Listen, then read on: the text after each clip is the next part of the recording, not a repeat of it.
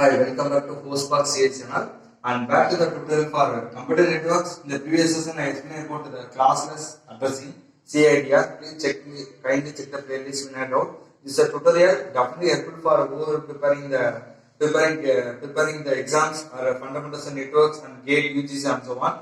So due to time save, I already written everything. Now I explain clearly. So before that, now you have about what is subnetting. Subnetting is nothing but dividing the big network into small network.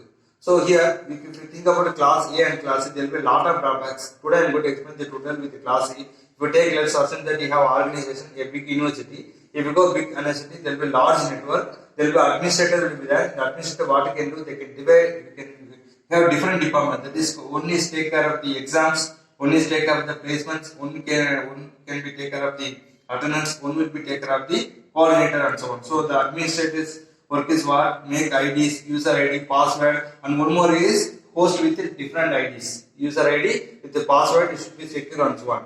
Let's assume that we are going to solve, find out the subnet masking. That means what is subnet and how do you implement the concept and so on very easily. Let's assume that we are going to consider the class C networking address where the class network ID start with 200.10.20.0.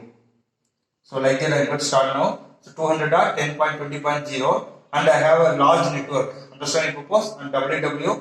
Here how the network will be identified. The network identified with the www network with external gateway router with address only. So whenever you connect with the website or internet, you will identify with this, the address called 200.20.0.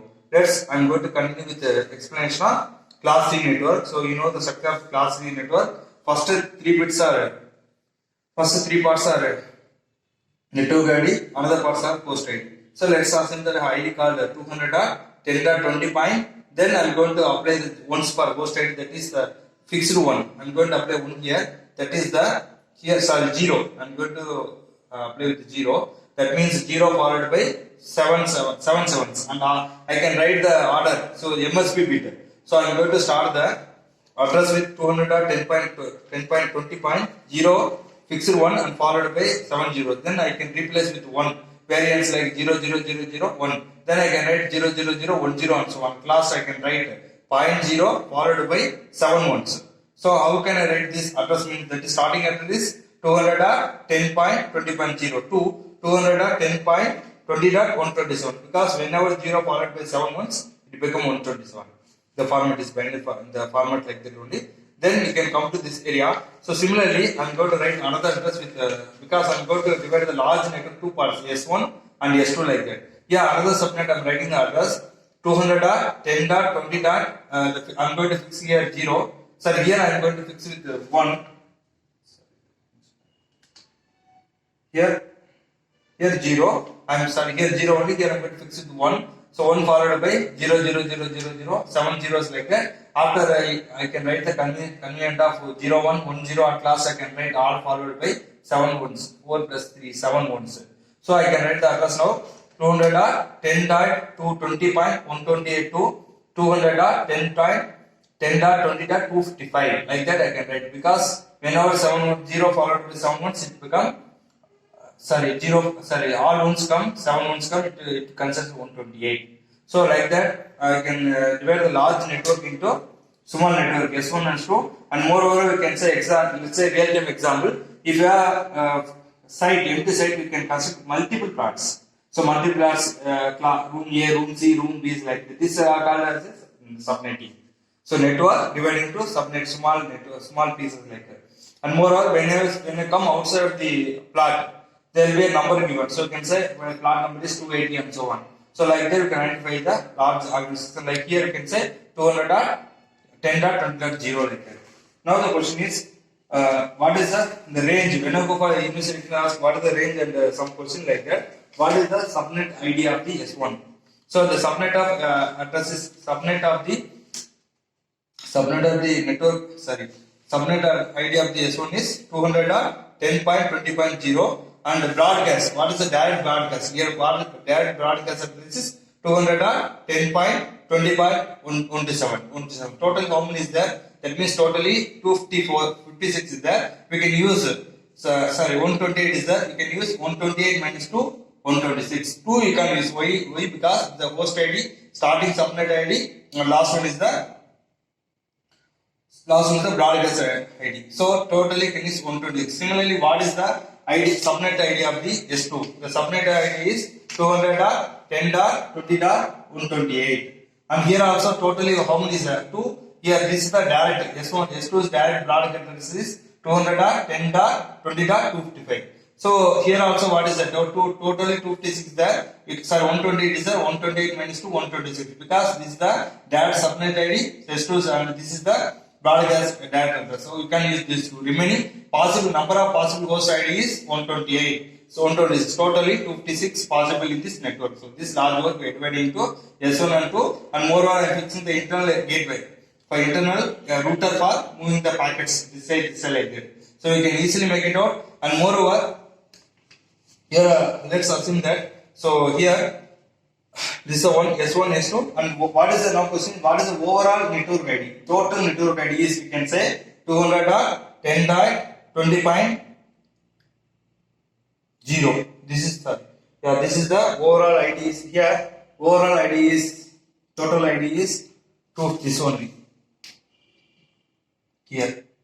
So this only overall ID of the overall total network ID of the given network. Why I am saying means by default here you know the class is default mask address is 255.255.255.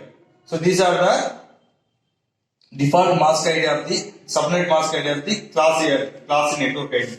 Moreover here sorry for that the total network ID overall network ID is 200.10.20.0 only. There is no doubt here and this is subnet mask just I'm meeting. Now let's assume that a packet transferring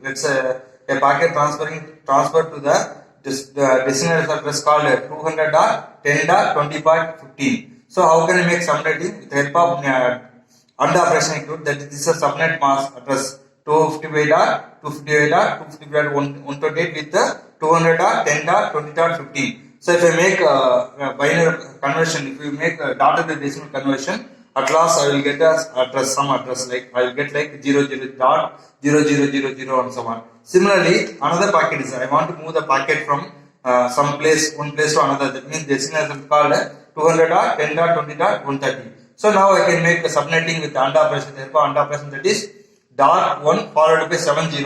Then that is for 128 and for 130 I can write dot 1 followed by 5 zeros and 1 0. So if we make this one, at last I will get the answer of dot 1 followed by 7 zeros.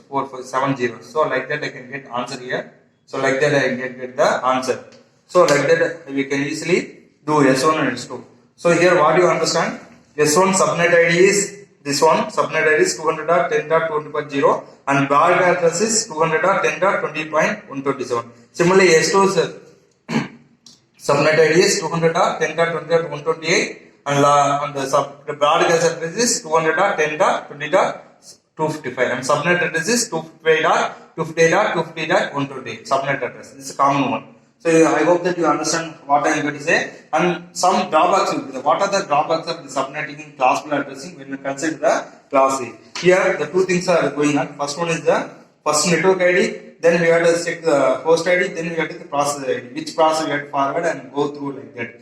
And one more step is the drawbacks of this classful addressing. Then only you can understand the upcoming topics. That is NID, network ID and subnet ID. Which subnet ID we are going to use S1 or S2 or S3 and so on like that based on the large network.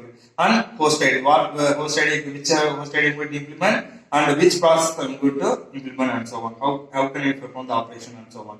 So total things will be there. Whenever question asked, you can easily find out what is the overall network ID and subnet ID and broadcast ID and so on. These are about the subnetting in classful addressing. Thank you for watching the video. Please subscribe and share video. Thank you.